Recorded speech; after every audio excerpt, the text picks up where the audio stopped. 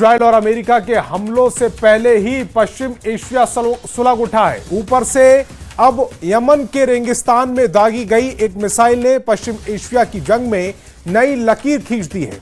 अब तक पर्दे के पीछे एक हुती विद्रोहियों ने ईरान की जंग में कूदकर साफ संकेत दे दिया कि इजराइल ईरान युद्ध उनके लिए सिर्फ एक लड़ाई नहीं रही। यमन ने हुती विद्रोहियों ने इजराइल की ओर से ब्लास्टिक मिसाइल दागकर एशिया युद्ध में अपनी एंट्री का ऐलान किया है। ऐसे समय में जब ये संघर्ष लंबा खिंचता जा रहा है और दुनिया इसकी आर्थिक मार से जूझ रही है, ईरान के यमनी सहयोगियों के इस कदम ने इजराइल, अमेरिका और ईरान के बीच चल रहे युद्ध को और मुश्किल बना दिया है। खासतौर पर इसलिए क्योंकि रेड सी शिपिंग पर नए सिरे से खतरा मंडराने लगा है। आशंका जताई जा रही है हुती विद्रोही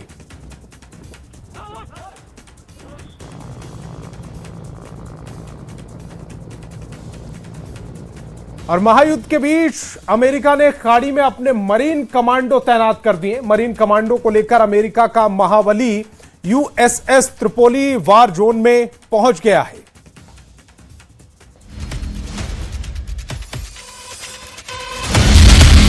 ईरान में ग्राउंड ऑपरेशन की तैयारी, वॉर जोन में अमेरिका के मरीन कमांडो, खाड़ी देश में अमेरिका की सबसे बड़ी तैनाती, मिडिल ईस्ट में ईरान के साथ बढ़ते तनाव के बीच अमेरिका ने अपनी सैन्य मौजूदगी को बड़े स्तर पर बढ़ा दिया है। जानकारी के मुताबिक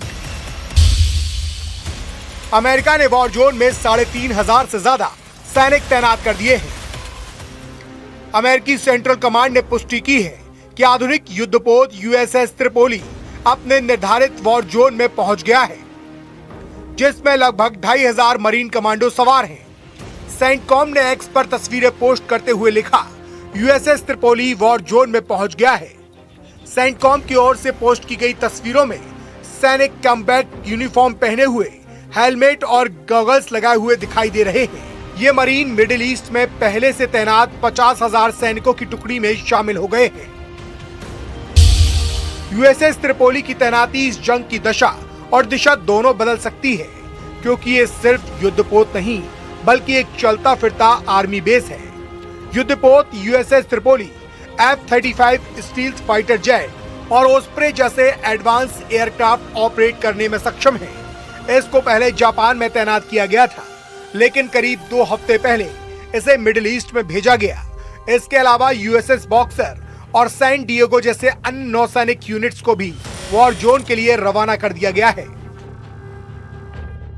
ये तैनाती ऐसे वक्त में की गई है जब ईरान और इजराइल के बीच तनाव लगातार बढ़ता जा रहा है। इस बीच एक सवाल है, जब जेराल्ड और लिंकन जैसी ताकत पहले से खाड़ी में मौजूद है, तो फिर त्रिपोली की जरूरत क्यों पड़ी? इसको समझने के लिए तीनों की ताकत जाननी होगी। यूएसएस जेराल्ड आर फोर्ड एक आधुनिक एयरक्राफ्ट कैरियर है, जबकि यूएसएस अब्राहम लिंकन भी इसी तरह निमिट्ज क्लास एयरक्राफ्ट कैरियर है। लेकिन यूएसएस त्रिपोली इनसे अलग एक एमपीबीएस असॉल्ट शिप है। यूएसएस जेराल्ड आर फोर्ड समुद्र से दुश्मन पर बड़े हवाई हमले कर सकता है और लिंकन भी फाइटर जेट ऑपरेशन को अंजाम दे सकता है, जबकि यूएसएस त्रिपोली मरीन सैनिक ऑपरेशन में मददगार है। USS Gerald R Ford air power projection और लिंकन युद्ध जैसे अभियानों में एयर सपोर्ट देता है, जबकि इनसे अलग त्रिपोली समुद्र से सैनिकों को किसी भी तट पर उतारकर ऑपरेशन को अंजाम दे सकता है और ये इसकी सबसे जरूरी खासियत है। यूएसएस जेराल्ड आर फोर्ड खुले समुद्र में कहीं से भी एयर स्ट्राइक कर सकता है।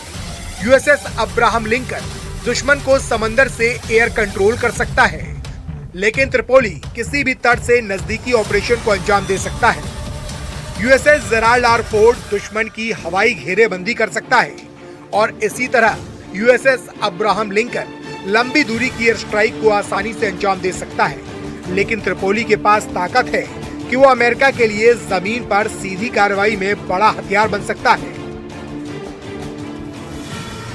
अमेरिकी सेंट्रल कमांड के मुताबिक 28 फरवरी से शुरू हुए ऑपरेशन एपिक फ्यूरी के तहत अब तक 11,000 से ज्यादा ठिकानों पर हमले किए जा चुके हैं। इसके अलावा इसके साथ ही लड़ाई बड़े स्तर पर चल रही है। इस बीच तनाव तब और बढ़ गया जब ईरान ने सऊदी अरब के प्रिंस सुल्तान एयरबेस पर बैलिस्टिक मिसाइल से हमला किया और इस हमले में अमेरिका के कम से कम 10 सैनिक घायल हो गए।